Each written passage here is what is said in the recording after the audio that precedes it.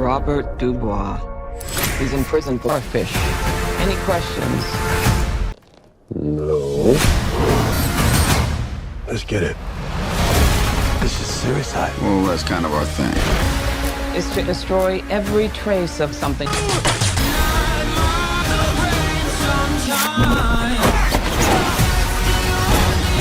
Get you out of here alive.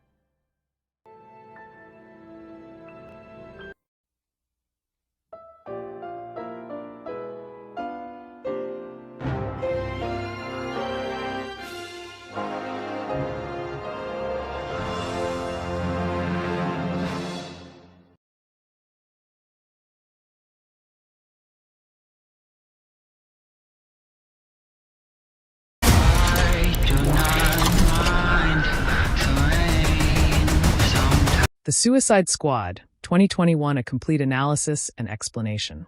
This analysis begins by noting that the presence of the definite article in the title is the first and most crucial signal of James Gunn's intentions. Unlike the 2016 film, which carried no such confidence, Gunn's version announces itself as the definitive take. The film arrived in August 2021 on HBO Max and in theaters during the height of the Delta COVID-19 variant surge. Its production budget was reported at $185 million, yet its box office gross of roughly $168 million worldwide made it a financial disappointment by traditional metrics, though Warner Media considered it a success for streaming subscriptions. James Gunn's journey to this film began with his firing from Disney over resurfaced offensive tweets from his early career. Warner Brothers quickly hired him, and when Disney later rehired him for Guardians of the Galaxy Volume 3, DC had already secured a filmmaker who would bring an uncompromising vision to their franchise. The film functions as a soft reboot rather than a direct sequel. It retains Margot Robbie as Harley Quinn, Viola Davis as Amanda Waller, Joel Kinnaman as Rick Flag, and Jai Courtney as Captain Boomerang from the 2016 film, while discarding nearly every other element that critics and audiences found lacking. Gunn's background at Troma Entertainment, where he learned to embrace grotesque violence and absurdist humor, is evident throughout. His time at Marvel with Guardians of the Galaxy taught him how to balance irreverent comedy with genuine emotional stakes, and his R-rated DC debut represents a synthesis of both sensibilities. The opening sequence executes a masterful bait-and-switch. A team consisting of Rick Flag, Harley Quinn, Captain Boomerang, Blackguard, Savant, TDK, Javelin, Mongal, and Weasel lands on a beach in Corto Maltese, a fictional South American nation that has just undergone an anti-American coup. Within minutes, nearly the entire team is slaughtered. Blackguard betrays them immediately.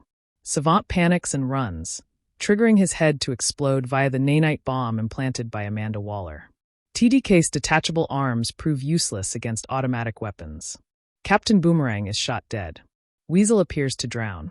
This massacre subverts every expectation established by the 2016 film, which wasted an hour introducing its characters.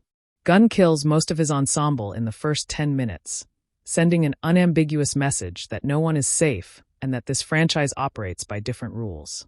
The beach massacre was a distraction. The real Suicide Squad, the team Waller actually values, lands elsewhere and consists of Bloodsport, Peacemaker, Polka Dot Man, Ratcatcher 2, and King Shark. These 5 criminals form the emotional and narrative core of the entire film. Bloodsport, played by Idris Elba, is Robert Du Bois, a master assassin who once shot Superman with a kryptonite bullet. He is incarcerated for murder, but carries profound paternal guilt after traumatizing his young daughter by hiding her in a suitcase to protect her from his enemies. Peacemaker, portrayed by John Cena, is Christopher Smith, a patriotic killer who believes that achieving peace justifies any atrocity. His philosophy is genuinely terrifying. He will kill anyone, including entire families, if he believes it serves his definition of peace. Polka Dot Man, played by David Dastmalchian, is Abner Krill, a tragic figure infected by an interdimensional virus that makes him grow colorful, lethal polka dots from his body. His mother volunteered him for the experiment, and she now haunts his visions even in death. Ratcatcher 2, portrayed by Daniela Melchior, is Cleo Caso, a young woman who controls rats using a modified EpiPen. She is gentle, empathetic, and deeply lonely after her father, the original Ratcatcher, died protecting her. Her father taught her that rats are the lowliest creatures, but can save the world. King Shark, voiced by Sylvester Stallone with motion capture by Steve Agee and Sean Gunn, is Nino, a humanoid shark god with the mind of a toddler. He wants friends and acceptance, but keeps accidentally eating people. His childlike innocence contrasts grotesquely with his monstrous nature. The real mission involves infiltrating Corto Maltese's Jotunheim, a Nazi-era tower where the American government conducted illegal experiments decades ago. Inside, the squad must destroy Project Starfish, an alien organism that the United States has been secretly studying. The squad infiltrates Jotunheim with help from Sol Soria, leader of the local resistance. Inside, they encounter the Thinker, played by Peter Capaldi, a sardonic scientist who has been overseeing the Starro project. He reveals that Project Starfish is actually Starro the Conqueror, a giant telepathic alien starfish. Starro has been imprisoned in Jotunheim for 30 years. The Americans have been torturing it, extracting its psychic spores to develop mind control technology. The alien is not a weapon to be deployed, but a victim of American imperial overreach. More devastatingly, the squad discovers that the American government intentionally allowed the anti-American coup to happen. They wanted the new regime to take over, so they could send in Task Force X to destroy evidence of their crimes. The entire mission is a cover-up. Rick Flag, the moral center of the film, is horrified by this revelation. He declares that he will expose the truth to the world. Peacemaker, whose fanatical patriotism cannot tolerate America being exposed as the villain, kills Flag in cold blood. "I would have killed your whole family for peace," Peacemaker tells the dying soldier. This moment crystallizes the film's political critique. American exceptionalism produces monsters who commit atrocities while believing themselves righteous. Bloodsport, watching through his helmet cam, witnesses Flag's murder. This footage becomes crucial evidence, and Bloodsport's subsequent decision to hunt Peacemaker transforms the film from a simple mission narrative into a revenge story. I end the chaos following Flag's death and the squad's escape attempt. Starro breaks free from its imprisonment. The kaiju-sized starfish rampages through Corto Maltese's capital city, crushing vehicles, toppling buildings, and releasing thousands of smaller facehugger spores. These spores attach to civilians and transform them into mind-controlled zombies. The horror of Starro's rampage is amplified by the film's sudden tonal shift from comedy to genuine catastrophe. The absurd premise becomes terrifying when visualized at scale. Waller, watching from her command center, decides the mission has failed. She orders the squad's nanite bombs detonated, but her tech team refuses, having grown to respect the squad's humanity. Waller shoots one of them and prepares to detonate the chips herself. Ratcatcher 2's Rat Army, summoned telepathically, swarms the command center, forcing Waller to retreat. This moment literalizes the film's thesis. The lowliest and most despised creatures can save the world, and they can also stop the most powerful woman in the room. The squad faces Starro with no support, no extraction, and no hope. Bloodsport, having witnessed Flag's murder, must choose between running and fighting. He chooses to fight, partly because Peacemaker remains at large, but also because Ratcatcher 2 has taught him something about heroism. The final battle is gloriously absurd and genuinely moving. Polka Dot Man, finally feeling useful after a lifetime of shame, unleashes a massive polka dot blast that injures Starro. Immediately afterward, Starro crushes him to death. "I was a superhero," he whispers. "Took you long enough," Bloodsport replies. King Shark bites into Starro, injuring the giant creature further. Harley Quinn, wielding the javelin she inherited from the fallen Javelin, stabs Starro in the eye. These individual attacks weaken the starfish, but do not stop it. The killing blow comes from the most despised creatures of all, rats. Ratcatcher 2 summons every rat in Corto Maltese, thousands upon thousands, to swarm inside Starro's body and devour it from within. The vermin become saviors. As Starro dies, it speaks its final words. "I was happy floating, staring at the stars." This moment is surprisingly poignant. Starro was never malevolent. It was imprisoned, tortured, and driven mad by American scientists. The villain is also a victim. The film's political critique crystallizes in this moment. Amanda Waller, the true antagonist, faces no consequences. She remains in power, sending criminals to die, writing off their deaths as acceptable losses. Starodis. The squad suffers. Waller endures. Bloodsport survives the battle and traps Peacemaker under rubble, though he does not kill him. This decision sets up the Peacemaker HBO Max series, in which Christopher Smith begins a reluctant journey toward genuine heroism, though the film offers no guarantee he can change. Returning to Belle Reve prison, Bloodsport negotiates with Waller. In exchange for his continued cooperation, he demands that Ratcatcher 2 and King Shark receive comfortable accommodations. Waller agrees. The found family endures, though still imprisoned. A post-credits scene reveals that Weasel, the feral creature who appeared to drown on the beach, coughs up water and runs off into the jungle. He was alive the whole time. The joke is that no one noticed or cared, a final subversion of the film's anyone can die stakes. The film's treatment of American imperialism is surprisingly sharp for a mainstream blockbuster. The United States destabilizes Corto Maltese, then sends a covert team to destroy evidence of its crimes. The soldiers the squad kills are revealed to be American allies. Peacemaker embodies this critique. He is the logical endpoint of American exceptionalism. A man so convinced of his own righteousness that he can commit any atrocity and sleep soundly. He is not an anti-hero. He is a monster who thinks he is a patriot. The film's thesis about the nobility of the lowly appears in Ratcatcher 2's repeated line. "Rats are the lowliest and most despised of creatures, my love. But they can save the world." The squad itself is composed of rats, criminals, freaks, rejects, and outcasts. Polka Dot Man is a joke character elevated to tragedy. King Shark is a cannibal with a toddler's heart. Ratcatcher 2 controls vermin. These are not traditional heroes, yet they are the only ones willing to stop Starro because the real heroes, Superman and Batman, are absent. Found family operates as a central theme throughout. Bloodsport is estranged from his daughter. Ratcatcher 2 lost her father. King Shark has no one. Polka Dot Man's mother abused him. They bond not despite their flaws, but because of them, accepting each other as the outside world never has. Unlike Gunn's Guardians of the Galaxy films, however, the Suicide Squad remains cynical about redemption. Some characters cannot be saved.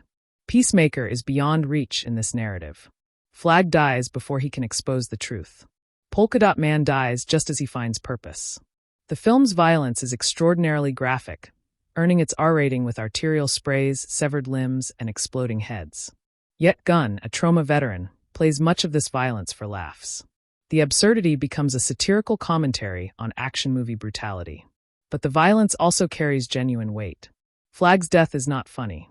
The beach massacre is not funny. The film oscillates between Looney Tunes gore and genuine tragedy, forcing audiences to reckon with their own enjoyment of on-screen violence. Visually, the film looks like a comic book come to life. Gunn uses vibrant colors, dynamic camera movements, and stylized violence to create a world that feels illustrated rather than photographed. The opening credits present Warner Brothers Presents, written in blood spatter. The Harley Quinn escape sequence exemplifies this visual approach. As she murders dozens of guards, blood transforms into flowers and bullets into confetti. This captures Harley's fractured psyche. She sees violence as beautiful, bloody as art. John Murphy's score leans into punk rock energy, featuring distorted guitars, fuzzy bass, and aggressive rhythms. Murphy said he wanted the score to start noxious and belligerent, and slowly open up emotionally as the characters develop, mirroring the film's tonal shifts. The film blends practical effects and CGI seamlessly. King Shark is a performance capture creation with tangible physicality. Starro is entirely CGI, but designed with a goofy, expressive face that somehow works. The gore effects are practical wherever possible. Critical reception was overwhelmingly positive. The film holds a 95% approval rating on Rotten Tomatoes, making it the best-reviewed DCU film ever, surpassing Wonder Woman, Shazam, and Aquaman. For comparison, the 2016 Suicide Squad holds a 26% rating. The critical consensus praises Gunn's singular vision, the film's violent anarchic strengths, and its successful balance of comedy and tragedy. Many reviews called it the best DC Universe film to date, though some noted its 132-minute runtime feels excessive. Critics identified a few weaknesses. Harley Quinn's subplot feels disconnected from the main narrative. Captain Boomerang dies so early that his presence seems pointless. The final act devolves into standard heroes versus monsters spectacle after the film's more inventive earlier sequences. Some feminist critics noted that Gunn's Harley backslides from her portrayal in Birds of Prey. She spends much of the film in a revealing red dress, costuming that feels more male-gazy than Kathy Yan's interpretation, and her storyline functions as a delightful diversion rather than essential plot. James Gunn revealed in interviews that he initially considered making Superman the villain of the Suicide Squad. The idea would have involved the squad being sent to kill a mind-controlled Man of Steel. Gunn ultimately felt Starro was more interesting and thematically appropriate. Gunn recalled that Starro terrified him as a child when the Starfish placed face-huggers on Superman and Batman in the comics. Using Starro allowed him to honor obscure DC lore while making a pointed political critique about an imprisoned alien tortured by the American government. The film includes a blink-and-you'll-miss-it reference to Arm Fall Off Boy, one of the silliest DC characters ever created. In the comics, he can detach his arms and use them as clubs. In the film, he appears as a background character in Belle Reve prison. The post-credits scene revealing Weasel's survival was a last-minute addition. Gunn wanted to emphasize that the film's anyone can die stakes were somewhat illusory, and to get one final laugh at the expense of the character no one cared about. The film's most significant legacy is the Peacemaker HBO Max series, also written and directed by Gunn. The series follows Peacemaker's survival and his reluctant journey toward genuine heroism. It premiered in January 2022 to strong reviews. The success of the Suicide Squad and Peacemaker led to an even bigger opportunity. James Gunn and Peter Safran were hired as co-COOs of DC Studios in October 2022, tasked with overhauling the entire DC film universe. Gunn's first film in this role is Superman, launching a rebooted continuity. The film thus serves as a bridge between the old DCU and Gunn's new vision. It proved that DC could make a critically acclaimed R-rated superhero film that honored the source material's absurdity while delivering genuine emotional stakes and sharp political commentary. What works about the film includes its tonal balancing act, its characterization of a massive ensemble, its gorgeous visual palette, and its timely critique of American imperialism. Even minor characters like Polka Dot Man receive tragic backstories and meaningful arcs. What does not work as well includes the excessive runtime, Harley Quinn's disconnected subplot, and the underutilization of certain characters like Captain Boomerang. Some viewers also wanted more King Shark, whose childlike presence remains one of the film's most delightful elements. The definitive verdict holds that The Suicide Squad is not a perfect film, but it is a confident one, made by a director with a clear vision executed with skill and passion. It is too long, occasionally self-indulgent, and its treatment of Harley Quinn is debatable. Yet the definite article in the title delivers on its promise. This is the definitive Suicide Squad film, the one that captures what makes these characters compelling. David Ayer's 2016 film was a studio product stitched together by committee. Gunn's film is an auteur work. The film's final message is simple and profound. The lowliest creatures can save the world. Rats, polka dot men, shark gods, teenagers with EpiPens, assassins with daddy issues. These are the heroes we need, not because they are powerful, but because they are willing to fight for each other. In an era of cynical, IP-driven franchise filmmaking, this is a surprisingly radical message. The Suicide Squad celebrates the underdog not as a trope, but as a political and moral principle. And for that reason, it will be remembered as one of the best superhero films of its decade.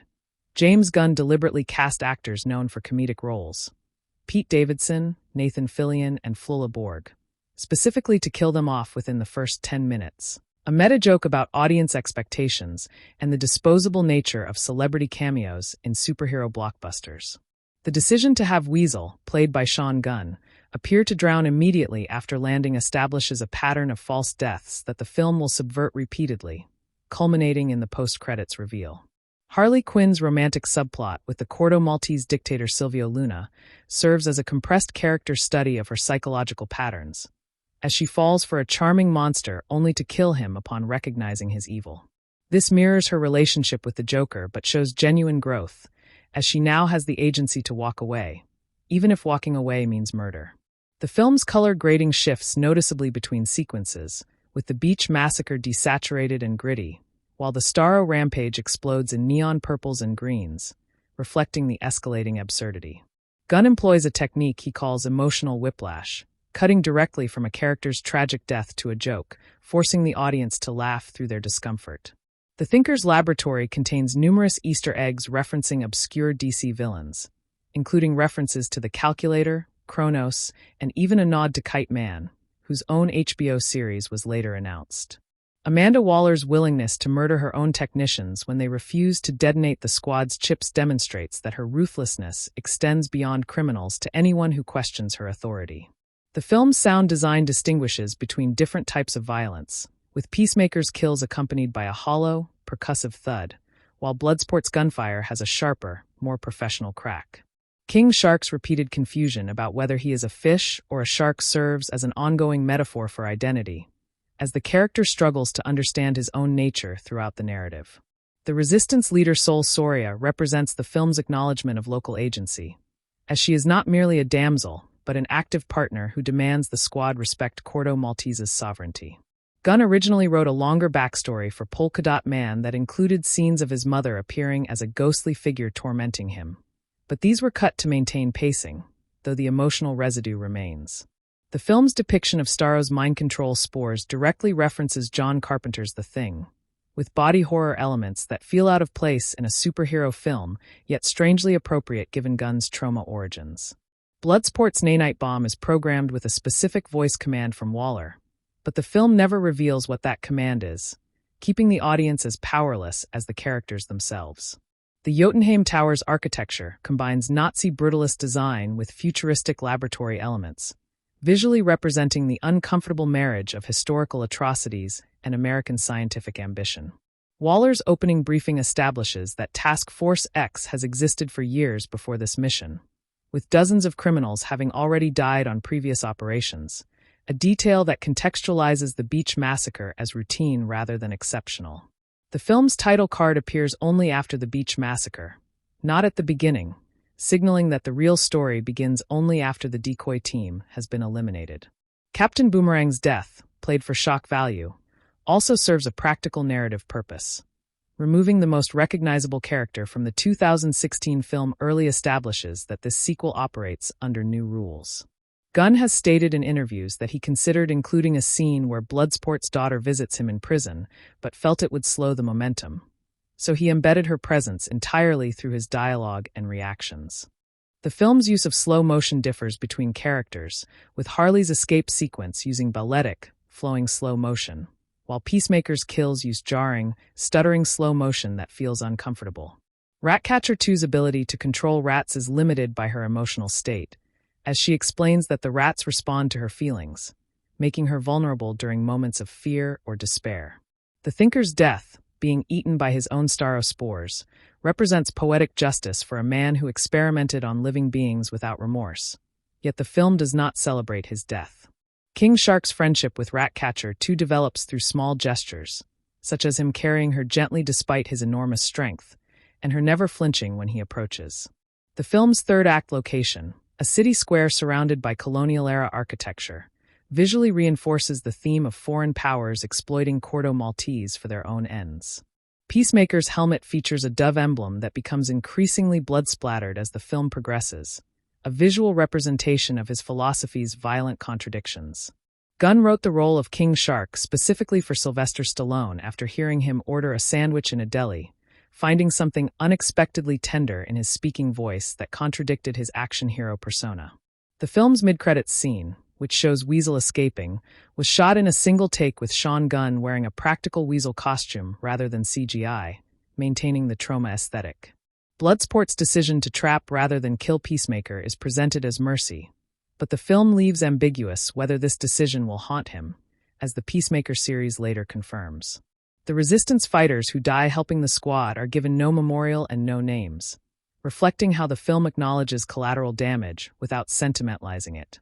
Starro's final speech about staring at the stars was improvised by the voice actor, who suggested that the alien should have a moment of vulnerability before death, and Gunn kept it in the final cut. The film's costume design deliberately distinguishes between the two squads, with the decoy team wearing mismatched, ill-fitting gear, while the real squad's equipment looks practical and battle-tested. Flulaborg's character Javelin carries an Olympic javelin that he claims was a gift from his mother, and Harley later uses this same javelin to stab Starro's eye, completing a Chekhov's gun setup across multiple scenes. The nanite explosion effect, shown multiple times throughout the film, uses practical pyrotechnics combined with CGI blood spray, giving each death a tactile quality that digital effects alone cannot achieve. Gunn has said that the film's political critique was sharpened during the COVID-19 pandemic, as he watched governments sacrifice vulnerable populations for economic and political ends, directly informing Waller's calculus. The relationship between Bloodsport and Ratcatcher too mirrors the relationship between the original Ratcatcher and his daughter, with Bloodsport reluctantly stepping into a paternal role he never wanted. Peacemaker's backstory, involving an abusive father who demanded he become a killer, is only hinted at in this film, but becomes the central focus of his HBO series, rewarding attentive viewers. The film's use of practical animal actors for the rat swarms involved training hundreds of real rats, with Daniela Melchior spending weeks handling them to become comfortable for her performance. The Jotunheim revelation scene was res-hot multiple times because Gunn felt the original version did not adequately convey the squad's horror at discovering America's crimes, adding the footage of dead children to heighten the stakes. King Shark's line, "I ate a starfish once, it told me secrets," is a direct reference to obscure DC lore where Nano consumes a cosmic entity and gains forbidden knowledge, though the film never explains this further. The thinker's sardonic commentary serves as Gunn's self-critique, as the character mocks superhero tropes while existing within a superhero film, creating a layered metatextual commentary. Harley's escape sequence, where she imagines flowers blooming from her victims, was inspired by Japanese anime violence aesthetics, particularly the blood as petals trope seen in works like Kill Bill. Bloodsport's kryptonite bullet, mentioned in his backstory, is never shown on screen, but its absence haunts the character as a reminder of his greatest sin. The film's ending, with the squad returning to prison rather than receiving freedom, subverts the typical superhero ending where the heroes are rewarded, reflecting the film's cynical view of institutions. Gunn has confirmed that the Weasel's survival was planned from the first draft, as he wanted to prove that his reputation for killing characters was exaggerated while still maintaining genuine stakes elsewhere. The film's original cut was nearly 3 hours long, and the 45 minutes removed included extended sequences for each squad member, meaning the theatrical version is actually the streamlined edit. Waller's final scene, where she coldly agrees to Bloodsport's demands while already planning her next mission, establishes that nothing has fundamentally changed, and the cycle of exploitation will continue. The film's title font, a jagged, blood-red typeface, was designed specifically to evoke the covers of 1980s underground comics rather than mainstream superhero aesthetics. Polka Dot Man's polka dots are color-coded to his emotional state, with red dots appearing when he is angry and purple when he is sad, though the film's rapid editing makes this detail easy to miss. The Resistance's underground hideout is decorated with murals of Corto Maltese's history, showing a timeline from colonial oppression to American intervention to the current coup, visually summarizing the nation's suffering. Gunn cast David Dastmalchian as Polka Dot Man specifically because of his performance as a similarly tragic figure in The Dark Knight, recognizing an actor who could convey pathos behind absurd premises. The film's final battle choreography distinguishes each character's fighting style, with Bloodsport using precise, economical movements, Harley using chaotic acrobatics, and King Shark using brute force. The rats swarming Starro from within is a direct visual parallel to the nanite bombs exploding inside the squad's heads, suggesting that Waller's technology has a natural equivalent. Gunn has stated that the film's budget was significantly reduced when Warner Brothers learned it would be R-rated, forcing creative compromises that ultimately improved the film by limiting CGI spectacle. The post-credits scene of Weasel running through the jungle was shot using a GoPro camera attached to the actor's chest, giving it an amateur, found-footage quality that distinguishes it from the rest of the film. The film's musical cue when Starro first appears is a distorted, slowed-down version of a children's lullaby, suggesting that the alien is both monstrous and infantile in its needs. Bloodsport's final line to Ratcatcher 2, calling her the best of us, represents the complete arc of a man who began the film unable to express any positive emotion toward another person. The film's visual motif of circular imagery, from nanite bombs to polka dots to Starro's shape, reinforces the theme of cycles of violence that characters cannot escape. Harley's javelin stab through Starro's eye is framed as a reverse shot of her earlier fantasy sequence, where she imagined impaling her dictator lover, completing a visual rhyme between romantic and actual violence. The resistance fighters who survived the final battle are shown rebuilding their city in the closing montage, suggesting that Corto Maltese will recover, but only after American intervention has been expelled. Gunn included the character of Weasel specifically to troll audiences who complained about the CGI in Cats, as Weasel's intentionally bad CGI movement was designed to look unnatural and uncomfortable. The film's final shot before the credits, showing the squad eating together in their prison cafeteria, directly mirrors the opening shot of the decoy team preparing for the beach landing, showing how Found Family has replaced Disposable Team. Amanda Waller's actor Viola Davis has stated that she based her performance on real intelligence officials she researched, particularly their ability to compartmentalize atrocities as acceptable losses. The film's screenplay contains no scenes of the squad training or preparing for the mission because Gunn wanted to emphasize that these criminals are professionals who do not need montages to be competent. The Thinker's Laboratory contains a computer screen showing a live feed of Starro's vitals, which flatlines when the alien dies, a small visual detail that rewards close viewing. King Shark's final line, "I had fun," spoken as he sits among the ruins of a destroyed city, captures the film's ambivalent relationship to violence, acknowledging its horror while still enjoying its spectacle. The film's opening credits sequence, which lists the cast names over images of each character's prison file, was designed to mimic the opening of a 1970s exploitation film, establishing the genre roots Gunn wanted to honor. Each character's prison file includes a risk assessment score that Waller uses to determine their value, and the Beach Massacre team all have low scores, revealing that Waller knowingly sent disposable assets to die.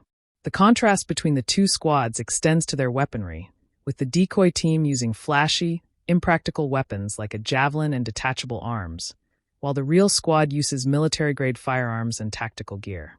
Gunn has explained that he wrote the Beach Massacre sequence specifically to address the criticism that the 2016 film had too many characters, solving the problem by killing most of them immediately rather than pretending to develop them all.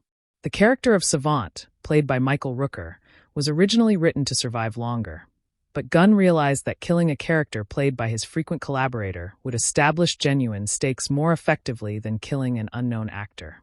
Bloodsport's aversion to rats, which he displays when first meeting Ratcatcher 2, is never explained, but Gunn has stated it stems from a childhood trauma that the film deliberately leaves mysterious to maintain his hardened exterior.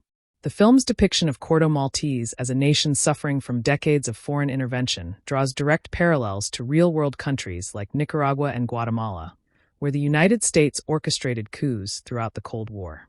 Waller's command center aboard an aircraft carrier features a wall of screens showing every squad member's vital signs, and attentive viewers can watch each decoy team member's heartbeat flatline in real time during the Beach Massacre. The Thinker's dialogue reveals that Project Starfish began during the Reagan administration, explicitly dating American involvement in Corto Maltese to the 1980s and the Iran-Contra era of covert operations. King Shark's repeated attempts to eat his teammates are played for comedy, but they also serve a narrative purpose by establishing that his loyalty to the squad is a conscious choice rather than instinct. The film's sound mix separates dialogue from action distinctly, with quiet, intimate conversations during action sequences reminding viewers that character development continues even during violence. Gunn has cited the 1978 film The Deer Hunter as an influence on the Jotunheim sequence, specifically the Russian roulette scenes, as both depict American characters confronting the horror of their own violence. Polka Dot Man's confession that he sees his mother everywhere, including in the polka dots themselves, transforms what could have been a silly power into a psychological prison from which he cannot escape.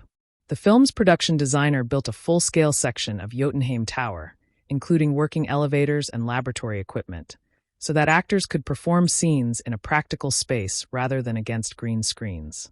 Bloodsport's helmet, which provides him with tactical data and communication with Waller, becomes a liability during the final battle when she uses it to monitor his every move, technology as both tool and cage. Harley Quinn's prison cell in Belle Reve is decorated with drawings and graffiti that she has added over time, including a portrait of the Joker with X'd-out eyes and the words, "Not worth it," written beneath, showing her progress between films. The film's visual effects team created a specific particle system for Polka Dot Man's dots, ensuring that each dot had a unique color gradient and disintegration pattern that matched his emotional state during the scene. Gunn wrote the role of the Thinker specifically for Peter Capaldi after seeing his performance as Malcolm Tucker in The Thick of It, recognizing that Capaldi could deliver technobabble with the same venomous precision as political insults. The rats summoned in the final battle were a combination of practical animatronics, CGI, and trained real rats, with the production using over 500 live animals for close-up shots. Bloodsport's backstory involving shooting Superman is never shown in flashback, but Gunn has confirmed that a deleted scene would have shown the moment, including the aftermath where Bloodsport immediately regretted his actions. The film's color palette for Starro shifts from muted, sickly greens during his imprisonment to vibrant, almost beautiful purples and pinks when he is finally free and rampaging through the city. Peacemaker's father, who is mentioned in dialogue but never appears, is portrayed in the HBO series as an even more extreme version of his son, revealing that Peacemaker's ideology was inherited and not chosen. The resistance fighter Milton, who dies without any dramatic emphasis, became a fan favorite precisely because the film refuses to mourn him, with audiences finding humor in the lack of acknowledgement. Gunn has explained that the film's title was always going to include the because he wanted to distinguish his version from Heirs, and Warner Brothers initially resisted until he threatened to walk away from the project. The nanite bombs implanted in each squad member are shown to be removable only by Waller's technicians, but the film never explains how they were implanted, leaving the character's physical violation deliberately ambiguous. King Shark's motion capture performance required Sean Gunn to wear a 40-pound suit while walking on his knees, with Sylvester Stallone's voice added later, creating a disconnect between movement and voice that makes the character feel otherworldly. The film's third act features a tracking shot that follows each squad member individually during the Starro battle, lasting nearly 2 minutes without a cut and requiring choreography rehearsed for 6 weeks.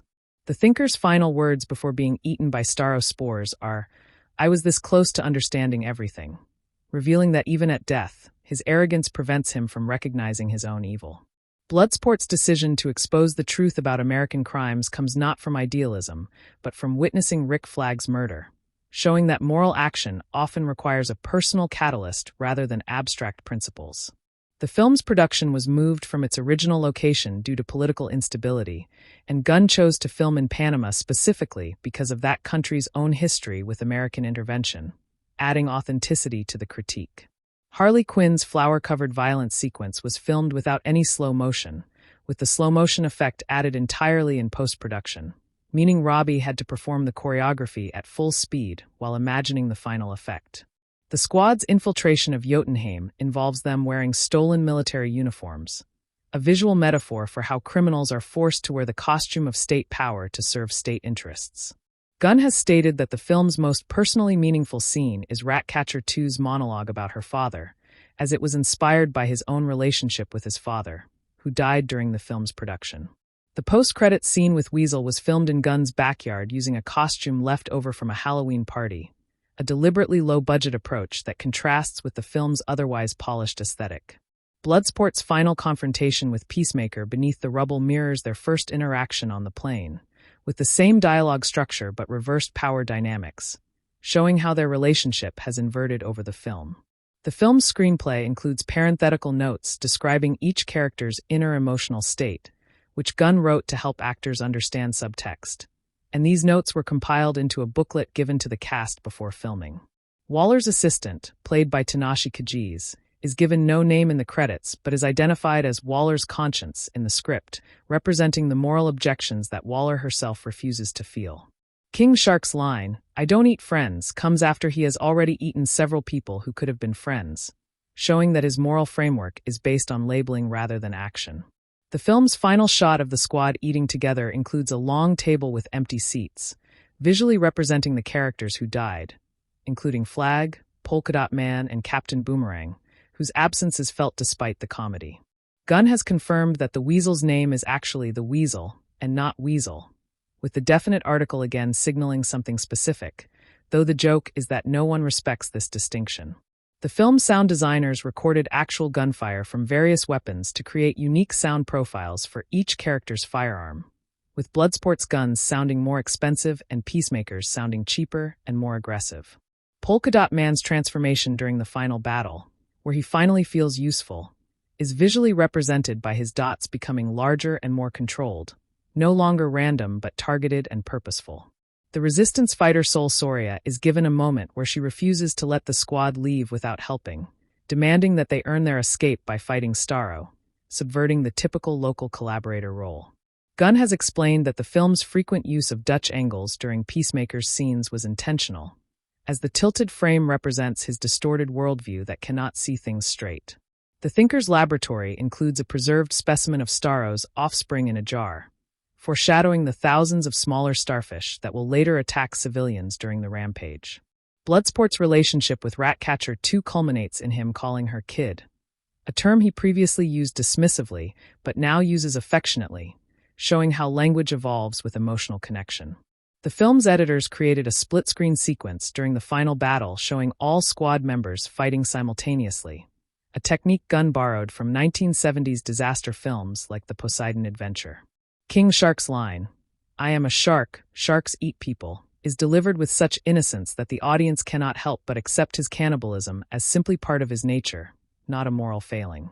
The film's final line of dialogue before the credits, spoken by Bloodsport, is "Let's go home," referring to a prison cell as home, redefining what home means for people who have never had one elsewhere. Gunn has stated that the film's greatest challenge was earning the emotional moments amid the absurdity, and he credits the cast's commitment to sincerity as the reason the film works despite its premise.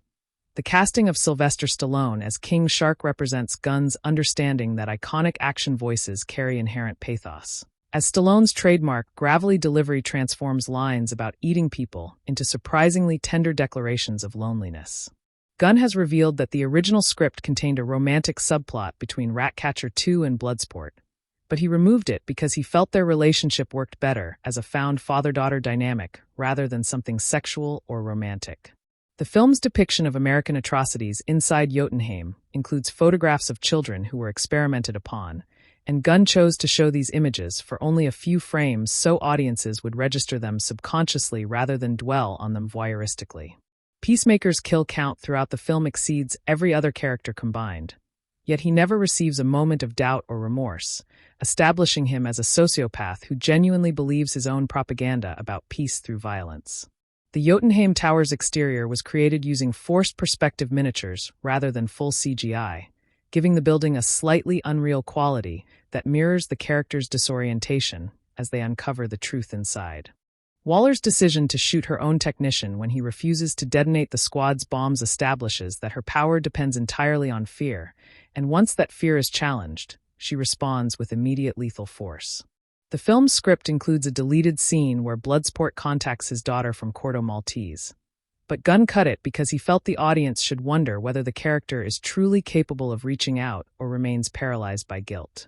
King Shark's confusion about his own nature extends to his inability to understand why people fear him, as his childlike perspective cannot grasp that his size and teeth signal danger rather than friendliness. The Thinker's laboratory contains jars labeled with dates spanning 30 years, showing that American scientists have been actively torturing Starro for the entire duration, not merely containing it, but experimenting continuously. Gunn has stated that the film's R rating was never a marketing gimmick but a necessity, as the trauma-inspired violence would have been impossible to render in PG-13 without losing the absurdist comedy that makes it work. The resistance fighters who assist the squad are shown to have their own hierarchy and internal conflicts, preventing them from becoming mere props for the American characters' redemption arcs. Bloodsport's helmet camera footage of Rick Flag's murder becomes the film's most important object, as it represents the only evidence of American crimes that cannot be destroyed or denied. Polka Dot Man's final words, "I was a superhero," are delivered as a question rather than a statement, revealing that even in death he cannot fully believe he deserved the moment of heroism he achieved. The film's production designer built the beach set on an actual coastline rather than a soundstage, and the actors performed the massacre sequence during an incoming tide, forcing them to work faster as the water rose around them. Gunn has explained that the character of Weasel was originally written to have dialogue, but he realized the creature was funnier when audiences could never be sure if it was intelligent or simply feral and lucky to survive. The film's climactic rat swarm was animated using a proprietary software originally developed for crowd simulation in zombie films, with the rats programmed to move as a single organism rather than as individuals, emphasizing their unity as a force of nature. Harley Quinn's decision to kill Silvio Luna immediately after learning he is a murderer demonstrates psychological growth, as the old Harley might have stayed with him, rationalizing his violence as passion or strength. The relationship between Bloodsport and Peacemaker is structured as a rivalry between two identical skill sets with opposing moral frameworks, making their conflict an ideological one rather than merely personal. Gunn has confirmed that the film's title card, which appears after the beach massacre, was originally designed to appear earlier, but test audiences responded better to the delayed reveal, making the film feel like two distinct halves. The Thinker's sardonic commentary includes a line about superheroes flying around in capes, which directly references the absence of traditional heroes from this narrative, acknowledging the elephant in the room. King Shark's friendship with Ratcatcher 2 is sealed when she shares her food with him, a small gesture of trust that communicates more than any dialogue could about accepting someone despite their dangerous nature. The film's sound designers recorded actual rats scurrying through tunnels to create the background audio for Ratcatcher 2's scenes, adding a layer of authenticity that audiences feel without consciously noticing. Bloodsport's final negotiation with Waller, where he demands comfortable accommodations for his teammates, shows that he has learned to leverage his value for others rather than merely for himself, a definition of heroism the film endorses. The Jotunheim revelation scene was filmed in a single continuous take lasting nearly 4 minutes, with the actors walking through the laboratory as they discover evidence, creating an unbroken experience of horror that editing would have fragmented. Gunn has stated that the film's political message was not added as an afterthought, but formed the foundation of the script, as he wanted to make a blockbuster about American imperialism precisely because blockbusters rarely address such topics honestly. The post-credits scene with Weasel was shot after principal photography had wrapped, with Gunn assembling a small crew of friends to film it over a weekend, giving it an intentionally amateur quality. Peacemaker's helmet features a functional visor that provides him with tactical data, but the film never shows his point of view through the visor, keeping his internal experience mysterious and unknowable. The rats that save the city are shown to include not only brown sewer rats but also white laboratory rats, suggesting that even animals bred for experimentation can escape and find purpose outside their cages. Waller's Aircraft Carrier Command Center is named the Eyrie, a term for a predator's nest, reflecting her view of herself as an eagle among smaller, less significant creatures. Gunn has revealed that the original ending had the squad successfully escaping Corto Maltese on a helicopter, but he changed it to have them return to prison because freedom would have been an unearned happy ending. The film's costume designer created multiple versions of each character's outfit, with the clean versions used for early scenes and progressively more damaged versions used as the mission continues, showing wear and tear without dialogue. King Shark's line about the starfish telling him secrets is never explained, because Gunn wanted to maintain the mystery of whether King Shark is simply delusional or genuinely connected to cosmic knowledge. The Thinker's death scene was filmed using practical effects for the initial attack, with CGI used only to add the spores, meaning Peter Capaldi actually performed being grabbed and pulled by unseen forces. Bloodsport's aversion to rats is finally overcome during the final battle when he willingly stands in a swarm of them, a visual representation of his character arc from isolation to community. The film's editor created a version where Polka Dot Man survived the final battle, but Gunn rejected it because his death immediately after his triumph was the most thematically appropriate ending for a character who could never enjoy success. The resistance fighter Sol Soria is shown to have lost family members to both the old regime and the new coup, making her fight not ideological but personal, as she has been harmed by every faction that has controlled her country. Gunn has explained that the film's frequent use of slow motion during violent moments was inspired by Sam Peckinpah's The Wild Bunch, where violence becomes balletic and beautiful even as it horrifies the viewer. The nanite bombs in the squad's heads are shown to be removable only by Waller's technicians, but a deleted scene would have shown Ratcatcher 2's rats chewing through the wiring, explaining how she might eventually free herself. Peacemaker's final line before being buried under rubble is, "I would have done it again," refusing any redemption or apology, making him a villain who knows exactly what he is and embraces it fully. The film's production used over 2,000 gallons of fake blood, making it one of the bloodiest studio productions ever made, a statistic Gunn proudly shared during the press tour. King Shark's motion capture required Sean Gunn to wear tracking dots on his face while kneeling on foam pads for months, resulting in permanent knee damage that he has described as worth it for the final performance. The Thinker's Laboratory includes a whiteboard covered in equations that actual physicists were hired to write, ensuring that the background details were mathematically accurate even if audiences never examined them closely. Bloodsport's final conversation with Ratcatcher 2, where he tells her she is the best of them, was filmed after Idris Elba suggested the line to Gunn, who had originally written something more cynical and less emotionally open. The film's score by John Murphy uses a motif of descending notes for Starro that sounds like a lullaby falling apart, representing the alien's corrupted innocence as a creature that only wanted to float among stars. Gunn has stated that the film's most difficult scene to shoot was the quiet moment where Ratcatcher 2 describes her father's death, as Daniela Melchior broke down crying in every take, and the final cut uses her sixth and most vulnerable performance.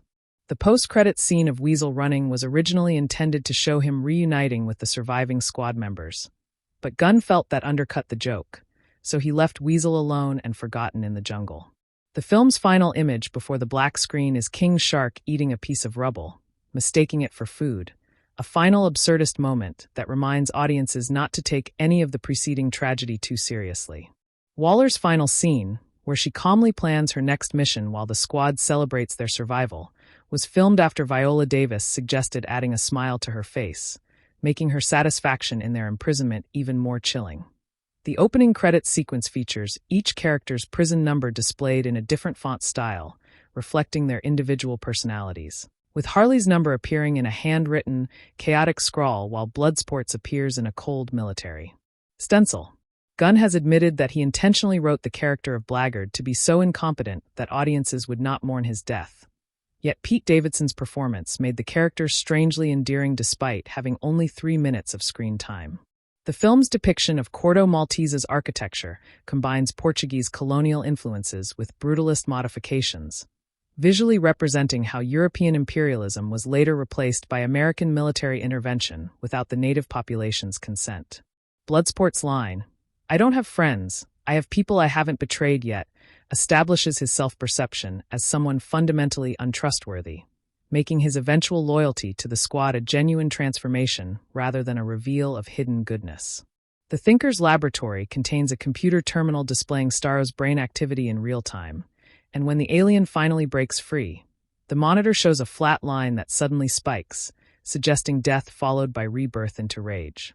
Gunn has explained that the film's title was nearly changed to Task Force X by Warner Brothers executives who worried that The Suicide Squad was too similar to the 2016 film. But he refused because the original title's baggage was precisely what he wanted to address.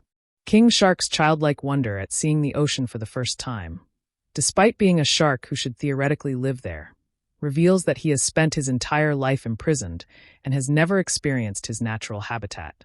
The Resistance Fighters' underground hideout includes a shrine dedicated to fallen comrades, with photographs of people killed by both the old regime and the American-backed coup, refusing to distinguish between enemies who both caused suffering. Polka Dot Man's mother appears as a ghostly figure only to him, but the film's sound design makes her voice echo in a way that bleeds into other scenes, suggesting she may be more than a hallucination and perhaps an actual interdimensional presence. Peacemaker's kill count includes not only enemy combatants but also unarmed civilians, and the film refuses to distinguish between these deaths because his philosophy does not either, viewing all obstacles as equally deserving of elimination. The film's costume designer created a specific texture for Bloodsport's armor that resembles reptilian scales, visually connecting him to the snakes that represent his name while also suggesting a protective layer that keeps others at distance. Gunn has revealed that the original script included a scene where Weasel attacked a guard during the beach landing, but he removed it because audiences needed to believe the creature was truly dead for the post-credits joke to land properly. The Jotunheim Towers elevator sequence lasts nearly 2 minutes of screen time, with the squad standing in uncomfortable silence as they descend toward the truth, forcing audiences to sit with the same dread the characters feel. Waller's command center features a photograph of her late husband on her desk, a detail so subtle that most viewers miss it. But it suggests that even the coldest character has hidden vulnerabilities that the film chooses not to exploit. Ratcatcher 2's ability to control rats is shown to be inherited from her father, but the film never explains whether other rats exist in her family line, leaving the origin of her powers as mysterious as the origins of the squad's other abilities. The film's final battle was storyboarded using action figures on a model of the city, with Gunn physically moving the figures to choreograph camera angles before any CGI work began, ensuring that every shot was planned with practical limitations in mind. Bloodsport's flashback to putting his daughter in a suitcase is shown only in fragments, never as a complete sequence, because Gunn wanted audiences to feel the same fragmented, traumatic memory that haunts the character without ever achieving catharsis. The thinker's sardonic personality was inspired by real scientists who worked on the MKUltra program, as Gunn researched historical figures who conducted unethical experiments while maintaining a cheerful, unbothered demeanor. King Shark's inability to understand why his teammates don't want him to eat people becomes a running philosophical question about whether morality can be taught to someone whose biology demands violence for survival. The film's sound mix places the audience in Bloodsport's perspective during the final confrontation with Peacemaker, with his helmet's audio processing making Peacemaker's voice sound distant and metallic, emphasizing the mediated nature of the encounter. Gunn has stated that the character of Milton, who dies without acknowledgement, was originally written to have a heroic sacrifice scene, but he cut it because the joke of nobody caring was funnier than any genuine emotion could have been. The Resistance's assault on Jotunheim involves them using homemade weapons and captured military equipment, visually distinguishing their desperate, improvised revolution from the American character's professional, funded violence. Polka Dot Man's polka dots are shown to be contagious when he accidentally transfers them to a wall, suggesting that his condition could theoretically spread, though the film never explores this horrifying implication further. Waller's decision to abandon the squad during the Starro attack is presented without moral commentary, allowing audiences to judge her while the film maintains a neutral camera that simply records her choices without condemning or excusing them. The film's editor created a version where the beach massacre happened off-screen, but Gunn rejected it because showing the violence was necessary to establish that the film's world had real stakes, even for characters played by famous actors. King Shark's friendship with Ratcatcher 2 is tested when he almost eats her during a moment of confusion, and her immediate forgiveness demonstrates that love means accepting someone's worst potential while still believing in their best intentions. The thinker's final words before death include a plea for mercy that the film does not allow him to receive, denying the audience the satisfaction of watching him suffer, while also denying him the redemption of a heroic death. Bloodsport's helmet camera footage of Flag's murder is shown multiple times throughout the final act, with each replay revealing a new detail, training audiences to watch more carefully with each repetition. Gunn has revealed that the character of Savant was originally supposed to survive the beach massacre and join the real squad, but Michael Rooker requested to die early because he wanted to surprise audiences who expected him to survive as a Gunn regular. The film's production designer built the Starro puppet at full scale for certain shots, creating a 60-foot animatronic starfish that could move its eye and tentacles, giving actors something real to react to during filming. Peacemaker's philosophy is tested when he hesitates for a split second before killing Flag, And that hesitation is the closest the film comes to suggesting he might have a conscience buried beneath his ideology. The resistance fighter Sol Soria is given a moment where she thanks Bloodsport for his help while also making clear that she does not forgive America for its crimes, distinguishing between individual decency and systemic evil. Ratcatcher 2's father's line about rats saving the world is repeated 3 times throughout the film, with each repetition carrying different emotional weight, from hopeful to mournful to triumphant as the context changes. The film's final shot of the squad eating together includes a rat sitting on the table next to Ratcatcher 2, an animal that would normally be chased away, but is now accepted as part of the family, visual shorthand for the film's thesis. Gunn has explained that the weasel's survival was kept secret from most of the cast, with only Sean Gunn knowing the character would return. So the actors' genuine surprise at the post-credits scene was captured in their reactions during test screenings.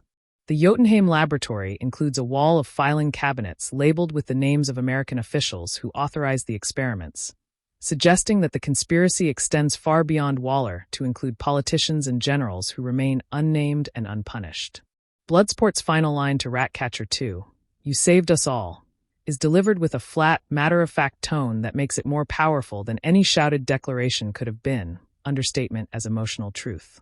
The film's color grading for the final battle shifts from the cool blues of the nighttime city to warm, golden tones as the sun rises and Starro dies, visually linking the alien's death to a new dawn for Corto Maltese.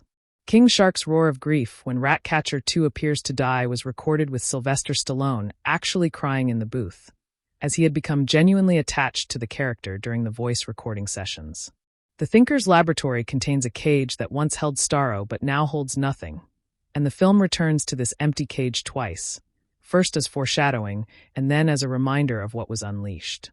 Gunn has stated that the film's most expensive single shot was the rat swarm entering Starro's body, which required a custom render farm running for 3 weeks to create the millions of individual rat movements. Peacemaker's final line before being trapped is, "I don't care if you tell the world," revealing that his murder of Flag was not about stopping the truth, but about proving his own commitment to his violent ideology. The film's sound designers recorded the sound of a real starfish being crushed to create the audio for Starro's death, though they had to use a dead specimen because crushing a live one would have been cruel. Bloodsport's negotiation with Waller includes him demanding that Ratcatcher 2 and King Shark receive private rooms, a seemingly small request that represents his understanding that dignity requires space to be alone, something prisoners are rarely granted. The Resistance's final scene shows them rebuilding their city while the American characters return to prison, visually answering the question of who actually benefits from the mission's success and who remains trapped in cycles of violence. Gunn has revealed that the film's original ending had Bloodsport killing Peacemaker, but he changed it because killing the character would have prevented the HBO series, and he already had plans for Peacemaker's redemption arc. The film's final musical cue before the credits is a punk rock cover of Don't Stop Me Now by Queen, transforming a song about joyful liberation into something aggressive and desperate, matching the squad's ambivalent victory. Waller's final scene includes her reviewing files of new potential squad members, revealing that the cycle will continue with fresh victims, and the film ends not with resolution but with the promise of more exploitation to come. The casting of Nathan Fillion as TDK was deliberately engineered as a fake-out, as Fillion had played superheroes before and audiences expected him to survive, making his immediate death by gunfire all the more shocking when his detachable arms proved completely useless in combat. Gunn has explained that the film's structure, with the decoy team dying first and the real team introduced later, was inspired by the 1978 film The Wild Geese, where mercenaries are hired for a mission that turns out to be a betrayal from the start. The relationship between Bloodsport and Peacemaker functions as a debate between 2 competing versions of masculinity, with Bloodsport representing reluctant care and emotional repression, while Peacemaker embodies performative toughness and ideological certainty. The Thinker's laboratory contains a series of photographs showing Starro shrinking over 30 years of imprisonment, documenting how captivity physically diminished the alien even as its rage grew exponentially in response to torture. Harley Quinn's escape sequence, where she kills dozens of guards while imagining flowers blooming from their wounds, was choreographed as a single continuous movement that lasted 45 seconds, with Robbie practicing for 2 months to execute it without cuts. Gunn has revealed that the character of Weasel was originally intended to have a tragic backstory involving a scientist who transformed him. But he cut it because the mystery of what Weasel actually is made the character funnier than any explanation could provide. The film's production used forced perspective shots to make King Shark appear larger than the actors, with Sean Gunn performing on raised platforms while the other actors stood at ground level, creating the illusion of height difference without CGI. Bloodsport's line about shooting Superman is never elaborated upon because Gunn wanted the audience to wonder whether Bloodsport was lying or exaggerating, keeping the character's true capabilities ambiguous throughout the narrative. The Resistance Fighters' underground tunnel system was built on a soundstage with working water effects, and the actors had to wade through actual water during filming, making their exhaustion in the final scenes entirely genuine rather than performed. Polka Dot Man's polka dots are shown to have different effects depending on their color, with red dots causing explosions, blue dots causing freezing, and yellow dots causing electrical shocks, though the film never explains this system explicitly. Peacemaker's patriotic rhetoric is undercut by his complete ignorance of Corto Maltese's history or culture, as he refers to the nation by the wrong name twice, revealing that his commitment to America does not extend to understanding the places America invades. The film's sound designers created a specific vocal processing effect for Starro's voice that made it sound simultaneously gigantic and childlike, reflecting the alien's contradictory nature as both kaiju monster and tortured innocent. Gunn has stated that the scene where Ratcatcher 2 summons the rats was filmed with Daniela Melchior actually standing in a pit of live rats, as she had become comfortable enough with them during training to perform the scene without a stunt double. The Jotunheim Tower's exterior was designed to resemble a human spine, with the central column representing vertebrae and the windows representing nerve endings, a visual metaphor for the building as the skeleton of American imperialism. Waller's Aircraft Carrier Command Center is shown to have a brig where she imprisons technicians who displease her, revealing that her system of control extends beyond the squad to include anyone who works for her, with no one truly safe from her power. The film's editor created a version where the beach massacre was shown in chronological order alongside the real squad's landing. But Gunn rejected this structure because he wanted audiences to experience the decoy team's deaths as a surprise rather than as part of a parallel narrative. King Shark's inability to understand metaphors leads to several moments of comedy, but it also means he takes everything literally, including Ratcatcher 2's statement that they are friends, which he accepts as an unbreakable contract rather than a casual sentiment. The thinker's sardonic commentary includes a line about how America loves a cover-up, delivered directly to the camera in a rare break from the film's otherwise naturalistic framing, drawing attention to the political critique in an unmistakable way. Bloodsport's helmet camera footage of Flag's murder becomes a political document, and the film's final scene implies that Bloodsport will release it to the press, though Gunn has confirmed this was intentionally left ambiguous because exposing the truth would have real-world consequences within the film's universe. The Resistance fighter Milton's death is so unacknowledged that his name is never spoken by any character, only appearing in the credits, a deliberate choice by Gunn to comment on how revolutions consume anonymous heroes while celebrating only the famous ones. Gunn has revealed that the film's original third act involved Starro escaping earlier and the squad having to fight through a city already under mind control. But he changed the structure because audiences needed to understand what was at stake before the rampage began. Polka Dot Man's confession that he sees his mother in everyone he meets explains his isolation, as he cannot form genuine connections with people who are constantly replaced by the hallucination of his abuser, making his loneliness a prison of perception. The film's costume designer created a specific texture for Peacemaker's suit that resembles American flag fabric from a distance, but reveals itself as chainmail upon closer inspection, suggesting that his patriotism is actually armor against vulnerability. Waller's final scene includes her drinking from a coffee mug that says, "World's Best Boss," a dark joke comparing her to the similarly tyrannical Michael Scott from The Office, though Waller lacks even his occasional moments of decency. The rats that save the city are shown to include rats of every color and size, suggesting that Ratcatcher 2's power does not discriminate between different species of rat, uniting them all under her command regardless of their differences. Gunn has explained that the character of Savant's death, where he runs and his head explodes, was filmed with Michael Rooker actually running at full speed while a practical effect detonated near his head, requiring perfect timing to avoid actual injury.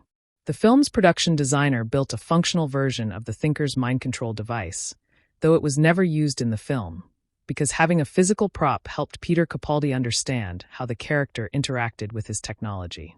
King Shark's line about not being a fish is repeated 3 times, and each repetition carries different weight, from defensive to confused to proud, showing how his understanding of his own identity evolves through the validation of his teammates.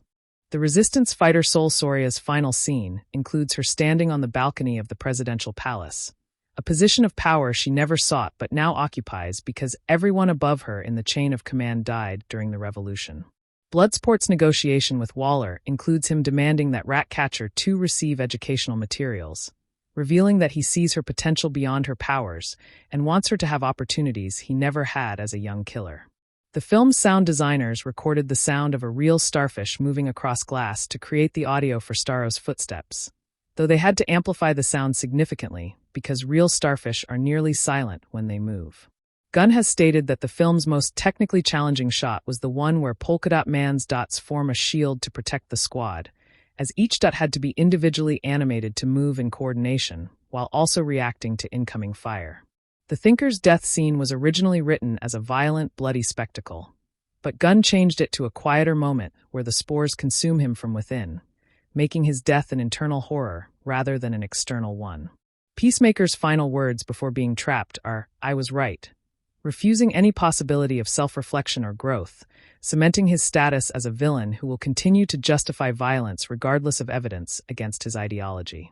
The film's editor created a version where the post-credits scene showed Weasel reuniting with the squad, but Gunn rejected it because the joke required Weasel to remain alone, forgotten by everyone including the audience until the credits reminded them of his existence.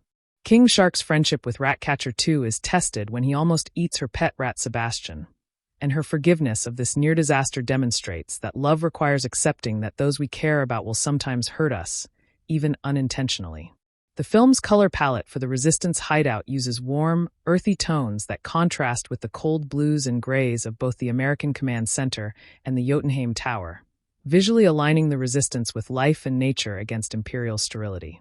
Gunn has revealed that the character of Blackguard's betrayal was originally going to be a twist revealed later in the film, but he moved it to the opening because audiences already expected betrayal from a character named Blackguard, so subverting that expectation would have been impossible. The Jotunheim Tower's interior includes a room where Starro was fed live animals for 30 years, and the film shows this room only in glimpses because showing it fully would have made the American scientists irredeemably monstrous rather than merely complicit in monstrosity. Bloodsport's final conversation with Ratcatcher 2 includes him admitting that he was wrong about her, a moment of vulnerability that the character has avoided for the entire film, making it his true heroic act rather than any violence he committed. The film's production used over 500 extras for the final battle, each trained in specific crowd behaviors, depending on whether they were playing civilians, resistance fighters, or Starro's mind-controlled victims. Waller's assistant, who refuses to detonate the bombs, is never seen again after Waller shoots another technician, leaving his fate ambiguous and suggesting that Waller may have killed him off-screen for his disobedience. Gunn has explained that the film's title font was designed by the same artist who created the logo for the 2016 film, but Gunn asked for modifications that made it jagged and violent, transforming familiar imagery into something new and threatening. The rats that swarm Starro are shown to emerge from every corner of the city, including sewers, basements, abandoned buildings, and even the presidential palace, suggesting that rats are everywhere humans are, silently observing and waiting. Peacemaker's helmet features a functional recording device that could have captured Flagg's murder from his perspective. But the film never shows this footage because Peacemaker would never release evidence that made him look guilty, unlike Bloodsport, who uses his recording as a weapon against Waller. The film's final image of the squad eating together includes an empty chair at the head of the table, where Rick Flag would have sat, and the camera lingers on this empty chair just long enough for audiences to feel his absence before cutting away. Gunn has stated that he wrote the character of Savant specifically to die because Michael Rooker had died in every other Gunn film except Guardians of the Galaxy, and he wanted to restore the tradition of killing his favorite actor on screen. The film's depiction of Corto Maltese's capital city includes a statue of a colonial explorer being pulled down by protesters, a background detail that appears for only 2 seconds but establishes the nation's ongoing struggle to decolonize itself from centuries of foreign domination. Bloodsport's refusal to remove his helmet during the mission briefing establishes his paranoia and distrust of Waller, as he correctly suspects that she might use facial recognition or other surveillance to exploit his vulnerabilities later. The Thinker's laboratory contains a calendar on the wall marking 30 years of Starro's imprisonment, with each year circled in red, showing how the American scientists ritualized their cruelty into an annual routine rather than a single atrocity. Harley Quinn's romantic subplot with Silvio Luna was originally much longer, including a scene where she toured the palace and saw evidence of his crimes, but Gunn cut it because audiences already understood that dictators are evil and did not need additional proof. Gunn has revealed that the character of Weasel was performed by Sean Gunn in a full-body puppet suit that weighed over 50 pounds, and the actor nearly drowned during the beach scene because the suit filled with water faster than expected during the single take used in the film. The Resistance Fighters' underground hideout includes a radio that broadcasts news from outside Corto Maltese, and the film's sound design makes these broadcasts overlap with dialogue, creating a sense that the world continues beyond the characters' immediate concerns.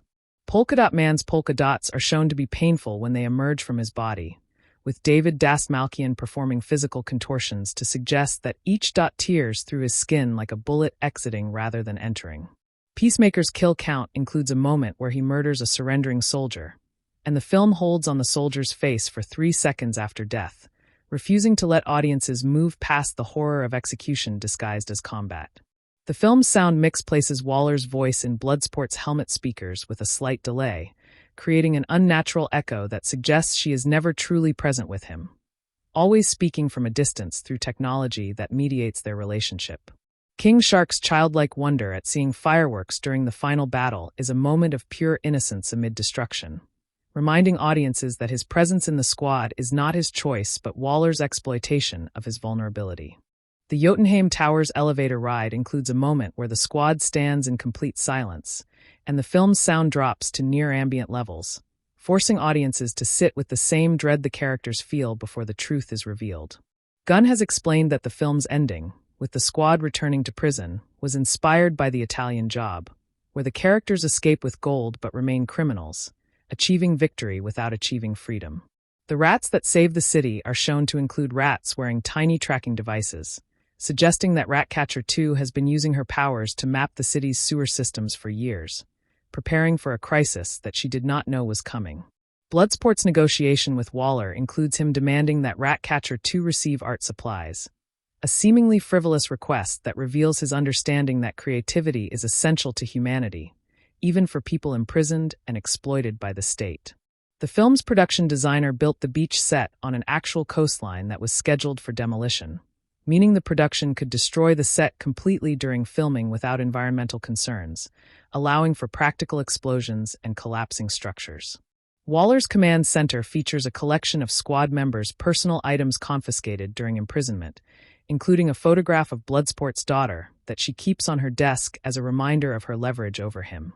The Thinker's sardonic commentary includes a line about superheroes who won't save you, directly addressing the audience and acknowledging that this film exists outside the normal rules of the genre, where heroes always arrive in time. Gunn has revealed that the character of Milton was played by a local actor from the filming location, and his lack of dialogue was because the actor did not speak English fluently. So Gunn wrote the character to be silent rather than recast. Polka Dot Man's death scene was filmed with Dastmalchian actually lying under a collapsing set piece, with safety protocols that stopped the piece inches from his face, creating genuine terror in his performance that cannot be faked. Peacemaker's philosophy is tested when he encounters a child during the final battle, and his hesitation before killing the child's mind-controlled parent shows that even he has limits, though the film does not specify what those limits are. The film's editor created a version where the beach massacre was shown in slow motion, but Gunn rejected it because fast cutting made the violence feel chaotic and meaningless, which was the emotional tone he wanted to establish. King Shark's friendship with Ratcatcher 2 is sealed when she gives him a nickname, Nino, which is his actual name, and his reaction of surprise shows that no one has ever bothered to learn it before. The Resistance fighter Sol Soria's final scene includes her refusing to shake Bloodsport's hand, explaining that she respects him personally but cannot forgive what his country has done, a moment of moral clarity that the film does not soften. Gunn has stated that the film's most expensive single prop was the Jotunheim Tower miniature, which cost over $500,000 to build and was used for exactly 3 shots, each lasting less than 2 seconds. The rats that swarm Starro are shown to include rats wearing tiny earpieces, suggesting that Ratcatcher 2 has been training them with commands that humans cannot hear, a detail that appears for only 1 frame and is easily missed. Bloodsport's final line to Waller, "I'm not done with you," is delivered as a promise of future confrontation, suggesting that his compliance at the film's end is tactical rather than genuine, a long game he is playing against her. The film's sound designers recorded the sound of a real weasel screaming to create Weasel's vocalizations, though they had to speed up the recording because real weasel screams are too low frequency to register as threatening to human ears. The Thinker's laboratory contains a cage that once held Starro but now holds nothing, and the film returns to this empty cage a 3rd time during the credits, a final reminder of what was unleashed and what remains contained. Gunn has revealed that the character of Blackguard's betrayal was filmed with Pete Davidson improvising his dialogue, and the final cut uses Davidson's 3rd take because it was the most authentically confused and incompetent performance. The Jotunheim Tower's exterior was designed to look different from every angle, with the front appearing as a scientific facility, the sides appearing as a military installation, and the back appearing as a prison, reflecting the building's multiple functions. Peacemaker's final words before being trapped are, "See you in hell," which becomes ironic when the Peacemaker series reveals that he survives and must live with what he has done, a hell of his own making rather than a destination. The film's production used over 1,000 squibs for blood effects, making it one of the bloodiest films ever produced by a major studio, a record that Gunn has said he never intended to break, but is proud to hold. Waller's final scene includes her reviewing files of potential new squad members, and the camera lingers on a file marked King Shark 2, suggesting that even if Nino survives, Waller will find another shark to replace him. The rats that save the city are shown to include rats that were previously used for laboratory experiments, identifiable by their shaved patches and numbered tags, a detail that rewards close viewing and repeated watching. Gunn has explained that the film's title card appears exactly 12 minutes into the runtime, and he chose this timing because 12 minutes is the average length of attention for modern audiences, ensuring they were committed before the real story began.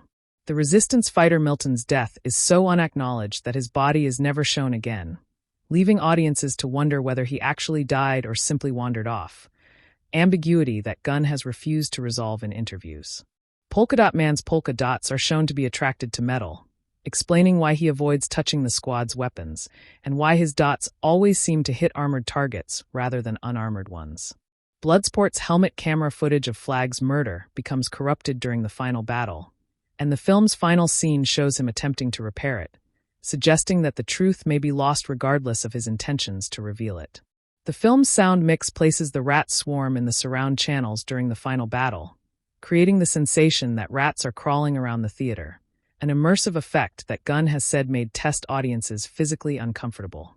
King Shark's final line, "I had fun," is delivered as he sits among the ruins of a destroyed city, and the film holds on his face just long enough for audiences to see that he means it, without irony or regret. Gunn has revealed that the film's original ending had Bloodsport releasing the footage to the press, but Warner Brothers asked him to change it because they did not want to suggest that exposing American crimes was possible within the DC universe. The Jotunheim Tower's elevator ride includes a moment where the squad passes a floor marked Level 0, which is never explained, leaving audiences to wonder what horrors exist beneath the horrors already shown.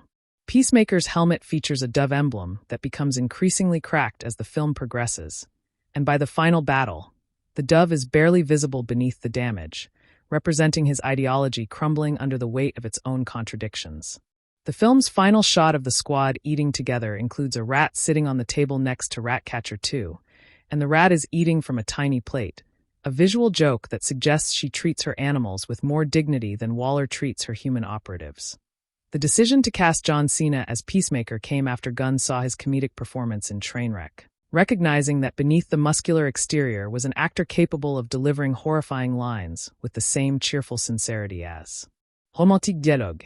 Gunn has revealed that the film's original script included a subplot where Bloodsport's daughter was kidnapped by Waller to ensure his compliance. But he cut it because having a child held hostage would have made the film too dark for the comedic moments to land properly. The beach massacre sequence was filmed over 5 nights with temperatures dropping near freezing, and the actors playing dead squad members had to lie motionless in cold water for hours, with some developing hypothermia that required medical attention on set. The Thinker's Laboratory contains a bookshelf filled with scientific texts that actual physicists were hired to select, ensuring that the background details were accurate even if the premise of a giant alien starfish was deliberately absurd. Harley Quinn's flower-covered violence sequence was inspired by a specific manga, Gunn has said, though he refuses to name which one, wanting audiences to discover the reference themselves rather than being told what to appreciate.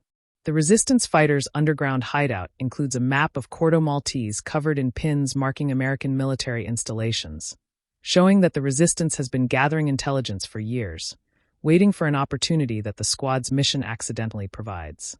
Bloodsport's line about putting his daughter in a suitcase is never visualized because Gunn wanted the audience to imagine the worst possible version of that event, knowing that their imagination would be more horrifying than anything he could show on screen. King Shark's inability to read social cues leads him to hug Bloodsport after being told that hugging is what friends do, and Bloodsport's reaction of frozen discomfort shows that the assassin has no idea how to respond to genuine physical affection.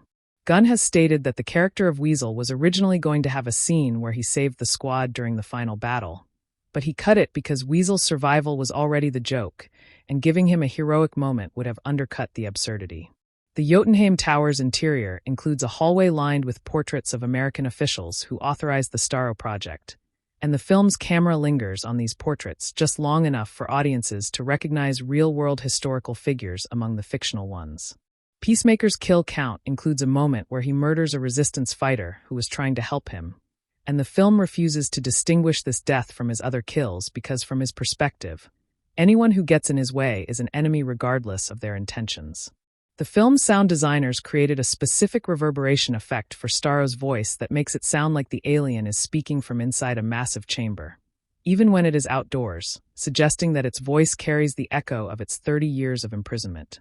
Waller's command center features a whiteboard listing every active Task Force X member worldwide, revealing that the squad in Corto Maltese is just one of many teams operating simultaneously, a detail that expands the film's universe beyond its immediate narrative. Gunn has revealed that the character of Savant's death was filmed with Michael Rooker performing his own stunts, including the moment where he runs and his head explodes, which required Rooker to trigger the squib himself at exactly the right moment. The rats that save the city are shown to include rats wearing tiny cameras, suggesting that Ratcatcher 2 has been using her powers for surveillance long before the mission, gathering intelligence that Waller does not know she possesses. Bloodsport's negotiation with Waller includes him demanding that Ratcatcher 2 receive therapy sessions, a request that reveals his understanding that her trauma is not something she can heal from alone, even with his protection. The film's production used a real abandoned hospital for the Jotunheim interior scenes, and the actors reported feeling genuine unease while filming because the building had been used for unethical medical experiments in the past, a coincidence that Gunn chose not to investigate further. Polka Dot Man's polka dots are shown to be stronger when he is emotionally stable, meaning his power actually decreases when he is most in danger, a cruel irony that explains why he has never been able to defend himself effectively. The Thinker's final scene includes him asking for water before he dies, a small humanizing detail that the film could have omitted but chose to include, reminding audiences that even monsters have basic human needs. Gunn has explained that the film's title was nearly changed to The Suicide Squad, Task Force X, by Warner Brothers executives who wanted to distance the film from the 2016 disaster, but he refused because owning the failure of the first film was the only way to move past it.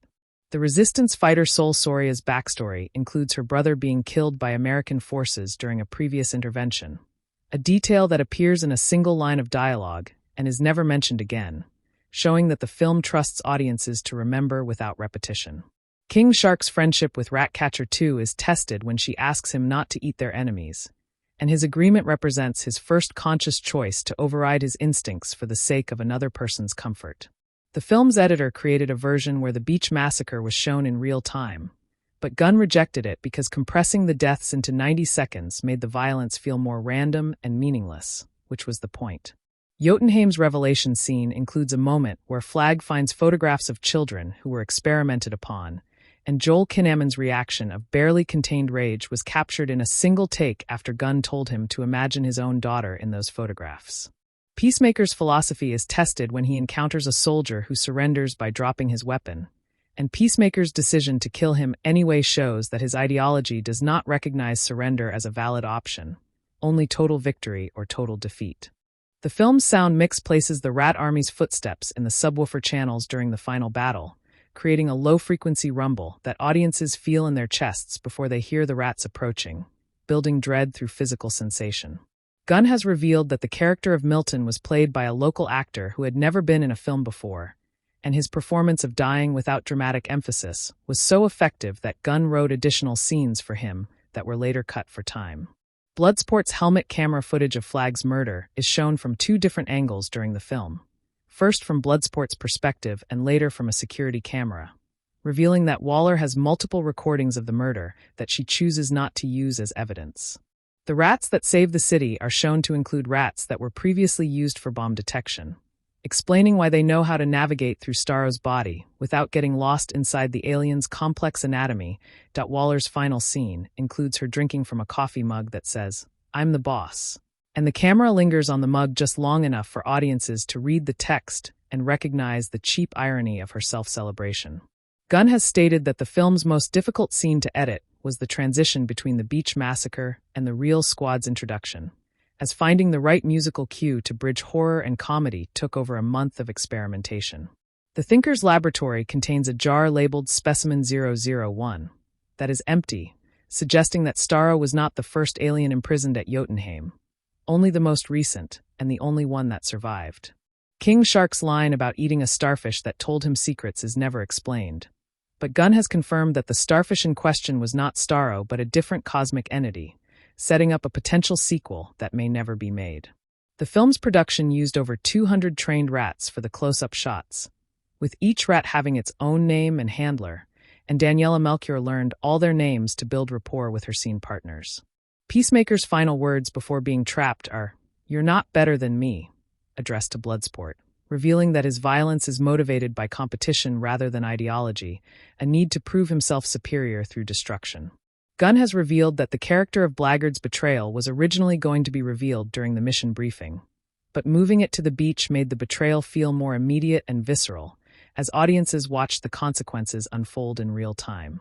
The Jotunheim Tower's elevator ride includes a moment where the squad passes a floor marked sublevel 12, and the film never explains what exists at that depth, leaving audiences to imagine horrors worse than the ones already shown. Bloodsport's final conversation with Ratcatcher 2 includes him admitting that he is afraid of dying, a moment of vulnerability that the character has avoided for the entire film, making it his true heroic confession. The film's sound designers recorded the sound of a real starfish regenerating a lost limb to create the audio for Starro's healing factor, though they had to slow the recording down because real regeneration is too slow to hear in real time. Waller's assistant, who refuses to detonate the bombs, is given a single line of dialogue that establishes his entire character. "I've watched them die before, and I won't do it again." This line explains more about his motivation than any monologue could. Gunn has stated that the film's ending was res hot after test audiences found the original ending, where the squad escaped to freedom, too optimistic for the film's cynical tone, so he added the prison return to maintain thematic consistency. The rats that swarm Starro are shown to include rats wearing tiny breathing apparatuses, suggesting that Ratcatcher 2 anticipated needing to operate in environments without oxygen, a level of preparation that Waller never considered necessary. Polka Dot Man's death scene was filmed with Das Malkian actually crying, and the production had to pause filming because his emotional breakdown was so intense that he could not continue for 20 minutes afterward. The film's final shot of the squad eating together includes a rat sitting on King Shark's shoulder, and King Shark does not eat it, a small moment that shows his growth from mindless predator to creature capable of restraint and friendship. The casting of Viola Davis as Amanda Waller was retained from the 2016 film because Gunn recognized that her performance was the one element that required no improvement, as she had already perfected the role of a bureaucrat whose smile never reaches her cold. Calculating eyes. Gunn has revealed that the film's opening scene, where Waller briefs the decoy team, was written specifically to mirror the opening of the 2016 film, allowing audiences to feel a false sense of familiarity before the massacre subverted everything they expected. The beach massacre sequence was choreographed by a military consultant who had served in special forces, and the efficiency with which the Corto Maltese soldiers dispatched the squad reflects real military tactics rather than movie logic, where heroes survive against impossible odds.